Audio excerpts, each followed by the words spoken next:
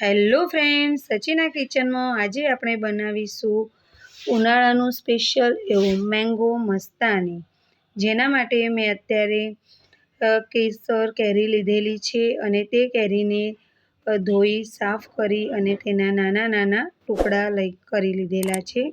તેને મિક્સર જારમાં લઈ લેવાના છે.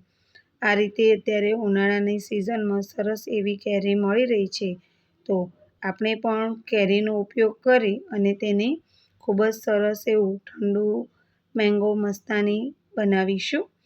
પછી ત્યારબાદ તેમાં 2 ચમચી ખાંડ લીધી છે અને તેમાં અડધો કપ જેટલું દૂધ એડ કરવાનું છે, પણ તે આપણે દૂધ ફૂલ ફેટ જ લેવાનું છે. તમારે જે પ્રમાણે મેંગો મસ્તાની બનાવવી હોય તે પ્રમાણે તેમાં કેરી, ખાંડ અને દૂધનું પ્રમાણ રાખી શકો છો. ત્યારબાદ મિક્સર જારમાં તેને ક્રશ કરી લેવાનું છે.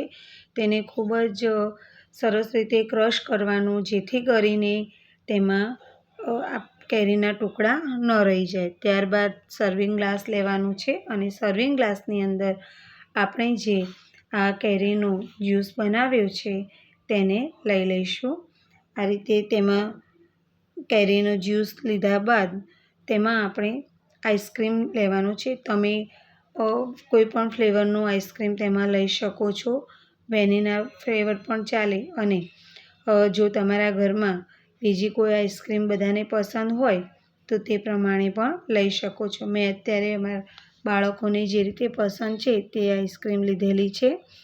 ત્યારબાદ તેની અંદર ફરીથી આપણે મેંગોનો જ્યુસ લઈશું અને તેની ઉપર ફરીથી આપણે આઈસ્ક્રીમનું એક લેયર કરીશું.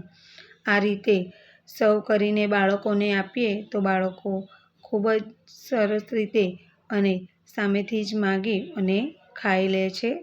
અને આ રીતે ત્યારબાદ ફરીથી આપણે તેની ઉપર કેરીના ટુકડા મૂકીશું અને તેને પિસ્તા વડે ગાર્નિશ કરીશું. આ રીતે ખૂબ જ સરસ રીતે દેખાઈ રહી છે મેંગો મસ્તાની.